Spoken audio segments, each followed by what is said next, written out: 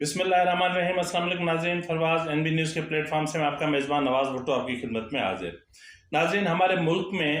پس پردہ ایسے ایسے کھیل چل رہے ہوتے ہیں کہ جن کا ہمیں علم تک نہیں ہوتا، یعنی جن کو کبھی کبھی ہم فرشتہ سمجھ رہے ہوتے ہیں یا جن کو ہم فرشتہ صفت انسان سمجھ رہے ہوتے ہیں، بنیادی طور پر وہ ایک شیطان سے بڑھ کر کچھ بھی نہیں ہوتے، اور اس شیطانی عمل کا جو نقصان ہوتا ہے لا محالہ پورے ملک اور قوم کو بھگتنا پڑتا ہے، برداشت کرنا پڑتا ہے۔ ناظرین، آج میں جس موضوع پر بات کرنے کی کوشش کر رہا ہوں یا جو چیز میں آپ کو سمجھانے کی کوشش کر رہا ہوں وہ یہ ہے کہ آخر ماضی میں یعنی عمران خان کے دور میں اسٹیبلشمنٹ کیسے کیسے کھیل کھیلتی رہی، یعنی بڑے بھیانک کھیل۔ یہ آپ پچھلے ایک دو دنوں سے مسلسل آپ سوشل میڈیا پر بہت ساری چیزیں ان میں سے وائرل کر رہی ہیں اور وائرل ہو رہی ہیں، بلکہ جن کو آپ نے دیکھا بھی ہوگا۔ تو بہرحال آج انتہائی اہم جو موضوع ہے وہ ہے سابق chief of army staff general Qamar Javed Bajwa اور اس کے علاوہ عمران پروجیکٹ۔ ناظرین، آپ کو یاد ہوگا کہ میں نے ایک پروگرام کیا تھا جس میں نے عمران پروجیکٹ کے تمام نکات پر تفصیل سے بات کی تھی، اور ان نکات میں جو بنیادی طور پر اہم ترین نکات تھے وہ تھے کشمیر اور اپنا اسرائیل، یعنی کشمیر کو سرنڈر کرنا اور اپنا اسرائیل کو تسلیم کرنا اور سی پیک کو وائنڈ اپ کرنا، کیونکہ یہی امریکہ کے بیسٹ اور بہترین مفاد میں شامل تھا، کیونکہ ہم نے ہمیشہ اپنی سرزمین پر امریکہ کی ہی جنگ لڑی ہے، چاہے اس کے لیے ہمیں اپنی 80,000 زندگیاں ہی قربان کیوں نہ کرنی پڑے، کیونکہ کھیل ہے صرف ڈالر کا۔ تو بہرحال کہتے ہیں نہ خدا ہی ملا نہ وصال صنم، نہ ادھر کے رہے نہ ادھر کے رہے، کھل گیا آپ کی عاشقی کا بھرم، نہ ادھر کے رہے نہ ادھر کے رہے۔ تو ہماری بھی مثال کچھ ایسی ہی ہے، عاشقی کا بھرم کھل گیا، اور جس چیز کی جو بنیاد جنرل ضیاء نے رکھی، یعنی طالبان کو پروموٹ کیا اور پھر ایک افغانستان میں جنگ لڑی، اور اس کے بعد پھر وہ جنگ منتقل ہوئی جنرل مشرف کے دور میں، اور پھر جنرل مشرف کی اسٹیبلشمنٹ نے کچھ بھیانک کھیل کھیلے۔ اب ان جو بھیانک کھیل جو کھیلے گئے تھے اس کے دوران ہی جو ہے وہ پروجیکٹ عمران کا آغاز ہوا تھا، اور اس میں جس طرح میں نے کہا کہ جو اس کے 3 بنیادی اور اہم نکات تھے وہ یہی تھے کہ کشمیر کو سرنڈر کرنا ہے، اور اسرائیل کو تسلیم کرنا ہے، اور سی پیک کو پیک اپ کرنا ہے اس کا۔ تو تقریباً ایسا ہی ہوا۔ عمران خان کے دور میں آپ نے دیکھا ہوگا کہ سی پیک وائنڈ اپ ہو چکا تھا، اور اس کے علاوہ آپ نے دیکھا ہوگا کہ جس طرح عمران امریکہ کے دورے پر گیا اور وہیں پر ہی جو ہے وہ اس کی نریندر مودی سے ٹیلی فون پر ڈونلڈ ٹرمپ کی ثالثی میں مذاکرات ہوتے ہیں، اور پھر عمران خان کشمیر سرنڈر کر کے آ جاتا ہے۔ اس کے علاوہ سی پیک پہلے ہی وائنڈ اپ ہو چکا تھا، تمام پروجیکٹس جو تھے وہ وائنڈ اپ ہو چکے تھے، اور یہاں تک کہ ہم نے جو چینی فارمز تھیں ان کی ادائیگیاں تک روک دی تھی، جس کی وجہ سے ہمارا دیرینہ دوست جو اپنا چائنا وہ ہم سے خفا ہو گیا۔ اس کے علاوہ جو سب سے زیادہ بڑی بات تھی وہ تھی کہ اسرائیل کو کیسے تسلیم کیا جائے، کیونکہ یہی وہ بنیادی نقطہ تھا جس کی وجہ سے عمران پروجیکٹ کو لانچ کیا گیا تھا، اور عمران پروجیکٹ کی لانچنگ میں ظاہر ہے کہ اسرائیل سے لے کر امریکہ سے لے کر ہماری اسٹیبلشمنٹ اس میں اعلی کار بنی، اور بلاخر جو حتمی کردار جن کا جہاں پہ آ کے بنا وہ آ کے بنا، میں تو ویسے تو جنرل ظہیر الاسلام سے معاملہ شروع ہوا، لیکن حتمی طور پہ جہاں پہ آ کے اس معاملے کو وائنڈ اپ کرنا تھا وہ تھا سابق chief of army staff general Qamar Javed Bajwa, اور اس کے علاوہ اپنا لیفٹیننٹ جنرل ریٹائرڈ فیض حمید صاحب جو اس وقت ISI چیف تھے۔ تو بہرحال جو ہے وہ اسٹیبلشمنٹ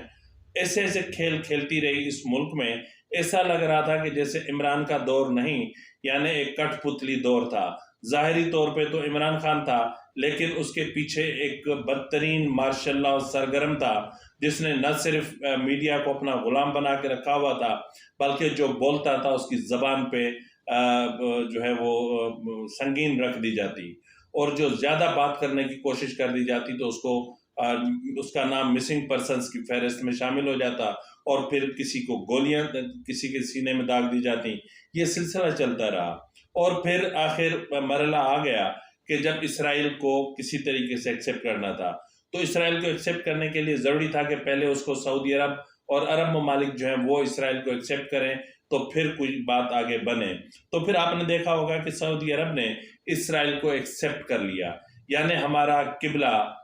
جو ہمارے دین کا جو مرکز ہے سعودی عرب، انہوں نے اسرائیل کو تسلیم کر لیا، اور یو اے ای نے اسرائیل کو تسلیم کر لیا. اور نہ صرف تسلیم کر لیا بلکہ بڑے پیمانے پر سرمایہ کاری بھی شروع ہو گئی تھی وہاں پر، اور ابھی تک یہ سلسلہ چل رہا ہے. تاہم پاکستان پر شدید دباؤ تھا کہ اسرائیل کو تسلیم کریں تو آپ پہ ڈالرز کی بارش ہو جائے گی، لیکن یہ کام اتنا آسان نہیں تھا. یہ کام اس لیے بھی اتنا آسان نہیں تھا کہ یہاں پر جو مذہبی جنونیت یا جس کو مذہبی انتہا پسندی کہہ لیں، یا پھر اپنے مذہب سے جو عشق ہے لوگوں کا، یا عشق محمد مصطفیٰ صلی اللہ علیہ وآلہ وسلم ہے، اس نے اس کی وجہ سے اسٹیبلشمنٹ کی ہمت نہیں ہو پا رہی تھی کہ کریں کیا. ناظرین، اگر ہم تھوڑی سی بات کریں تو اگر ہم اس سے ہٹ کر بھی میں تھوڑا سا بات کرتا چلوں تو سابق اسٹیبلشمنٹ وہ اسٹیبلشمنٹ تھی جس نے پی ڈی ایم کو توڑنے کی حتی الامکان کوشش کی، اور پھر زرداری پر دباؤ ڈالنے کی کوشش کی، اور آصف زرداری کو ایک نہیں بلکہ 3 بار آفرز کی گئی کہ آپ پاکستان چھوڑ کر چلے جائیں میڈیکل گراؤنڈ پہ اور آپ کے سارے معاملات ختم ہو جائیں گے. ناظرین، بات یہاں پر ختم نہیں ہوتی. یہ ابتدائی ایام کی دور ہے کہ جب جنرل اپنا آصف علی زرداری صاحب یہاں بلاول ہاؤس کراچی میں تھے، تو یہاں پر بھی انہیں ایک آفر کی گئی، اور اس آفر کے بدلے میں آصف علی زرداری سے بھاری اماؤنٹ مانگا گیا، اور جس کے بدلے میں ان کے تمام کیسز کو ختم کرنا اور یعنی آصف زرداری یا پیپلز پارٹی کو کلین چٹ دینا تھا. وہ بھی آصف زرداری نے انکار کر دیا تھا. تو اس کے علاوہ اگر آپ دیکھیں تو ایم کیو ایم اور باپ پارٹی کو بھی اسٹیبلشمنٹ چلاتی رہی، اور یہ کہنا غلط ہے کہ اسٹیبلشمنٹ نیوٹرل ہو چکی تھی. حتیٰ کہ فیکٹ یہ ہے کہ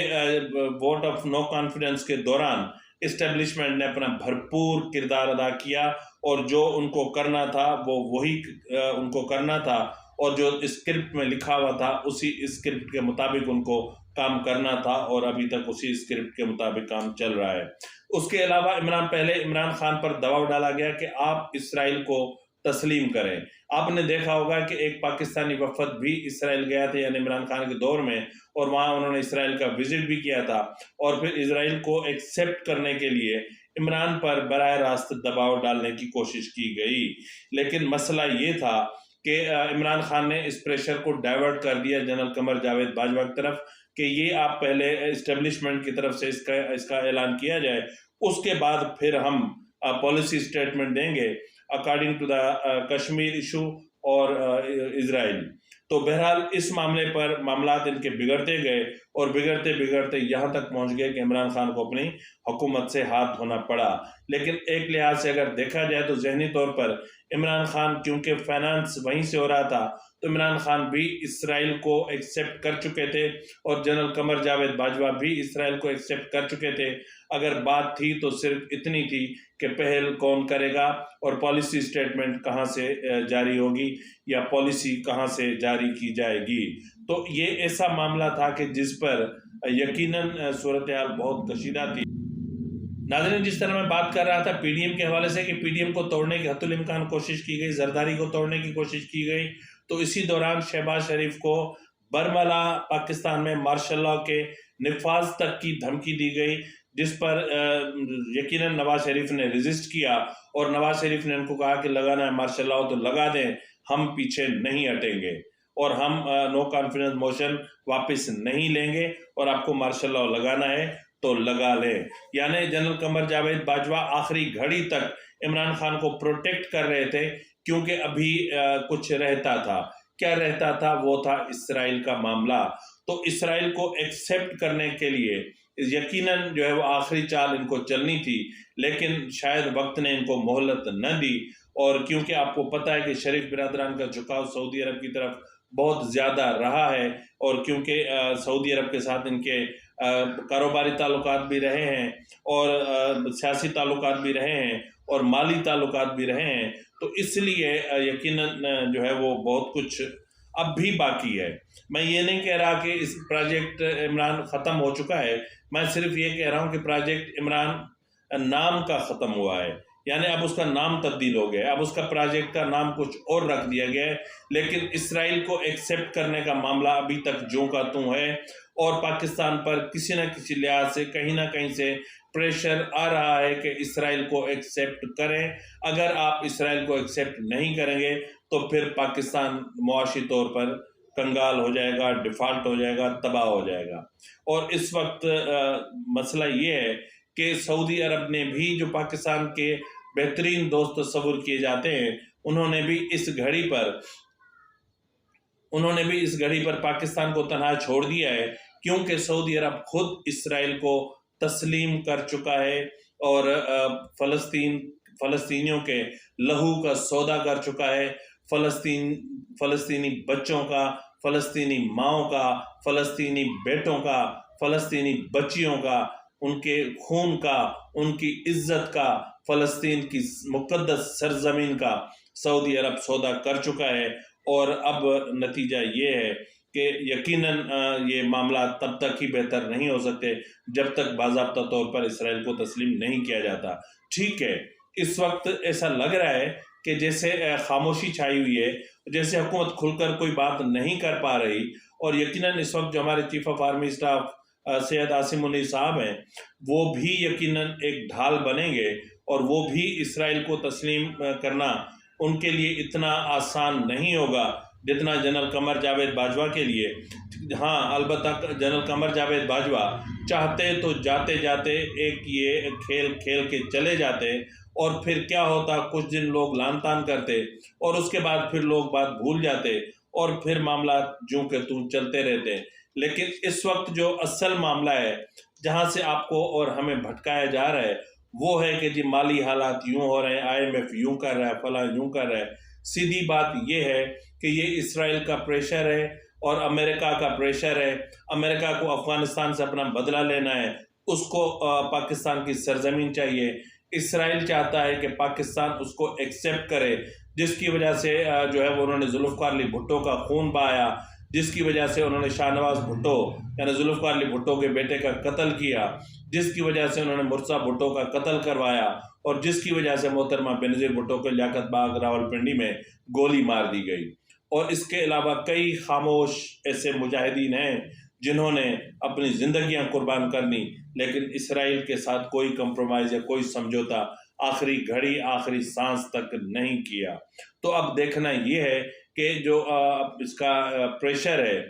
اسرائیل کا، وہ کس حد تک بڑھتا ہے، اور سعودی عرب ہمیں اس کھیل میں کہاں تک آگے لے جاتا ہے، اور معاملات کس حد تک پہنچتے ہیں۔ یہ آنے والے چند دن، زیادہ دور کی بات میں نہیں کر رہا ہوں، آنے والے صرف چند دنوں کی بات کر رہا ہوں۔ تو یہاں پر ناظرین جاتے جاتے میں یہ بھی کہتا چلوں کہ جو PDM کا جو معاملہ ہے وہ تقریباً وائنڈ اپ ہو چکا ہے، اور اس وقت آپ نے دیکھا ہوگا کہ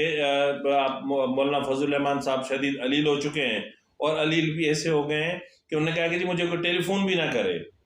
اور میری عیادت کرنے بھی کوئی نہ آئے۔ معاذ اللہ، اللہ معاف کرے، کیا کوئی ایسا مرض لاحق ہو گیا ہے کہ جو اس کو پوچھنے یا اس کی عیادت کوئی ٹیلی فون پر کرے گا تو ان کو بھی وہ بیماری لگ جائے گی؟ آرام کرنے کے لیے کہا ہے تو کیا بندہ تھوڑا سا اٹھتا ہے، واک کرتا ہے، موو کرتا ہے، کسی سے بات چیت کرتا ہے، لیکن ایسی بات نہیں ہے۔ بات یہ ہے کہ PDM کا انا للہ و انا الیہ راجعون ہو چکا ہے، اور اس وقت اگر کوئی بھی جو بھی پالیسیز اڈاپٹ کی جا رہی ہیں، یا جو دی جا رہی ہیں، یا جو جاری کی جا رہی ہیں، وہ اسٹیبلشمنٹ اور PMLN ایک پیج پر ہیں، اور اسی پیج کے ایک کونے پر پاکستان پیپلز پارٹی کھڑی ہے۔ تاہم پیپلز پارٹی ایک کونے پر اس لیے کھڑی ہے کیونکہ جو لان تان پڑنی ہے، اور جو بڑے اور خطرناک فیصلے ابھی لیے جانے ہیں، جو قدم اٹھائے جانے ہیں، اس کا جو ریسپانسبلٹی ہے وہ صرف PMLN پہ آئے۔ تو ظاہر ہے کہ آپ کو پتہ ہے کہ آگے الیکشن کا سال آ رہا ہے 2023۔ اگر 2023 میں الیکشن ہوتے ہیں تو پھر سب سے زیادہ نقصان PMLN کا ہوگا، پیپلز پارٹی کا نہیں ہوگا۔ اور اس حوالے سے مولانا فضل الرحمان اپنا دامن جھاڑ کے، پلو جھاڑ کے، اور اپنے لوگوں کو وزارتیں دلا کے، اور خود گوشہ نشین ہو چکے ہیں۔ اب دیکھنا یہ ہے کہ مولانا صاحب کی گوشہ نشینی کب تک چلتی ہے، اور یہ جو PDM کا ایک اس وقت مردہ مرا ہوا گھوڑا ہے، اس کا کیا ہوتا ہے، اس کی تدفین ہوتی ہے یا پھر اس میں روح پھونکنے کی کوشش کی جاتی ہے، کیا کیا جاتا ہے، اس کا فیصلہ آنے والے چند دن کریں گے۔ اسی کے ساتھ ہی اپنے میزبان نواز بھٹو کو اجازت دیجیے۔ اللہ حافظ۔